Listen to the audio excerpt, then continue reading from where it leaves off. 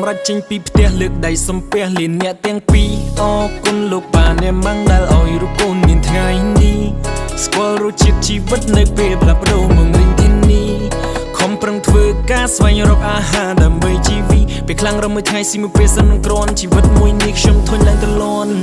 តើនរណាដែល feel me ពេលខ្ញុំនៅចំណុច0តើនរណាដែលស្មាំងក្បែរពេលឃើញខ្ញុំនៅ alone តើនរណាដែលស្មាំងថែពេលខ្ញុំរបួសបេះដូង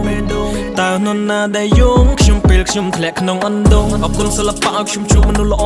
រាប់អានខ្ញុំដោយមិនគិតមានក្រអរគុណរាល់ទាំងធ្វើដោយភាពស្មោះសររាល់មនុស្សសញ្ចេតនាខ្ញុំនឹងថែវាបន្តមិនណាល្អខ្ញុំមិនភ្លេចនោះទេមិនណាដែលអាក្រក់ក៏ខ្ញុំនៅចាំដែរចាំរស់សម្ដីគេនិយាយថាអាចសម្រេចព្រោះខ្ញុំណូតមកវាក្នុងសភៅក្បាលឆ្កែ I do for my name yeah I do for my life thank all my friend always stay by my side ថាជីវិតខ្ញុំពីមុនវាលំបាកចំមិនណាយយកមិនដេកថ្ងៃ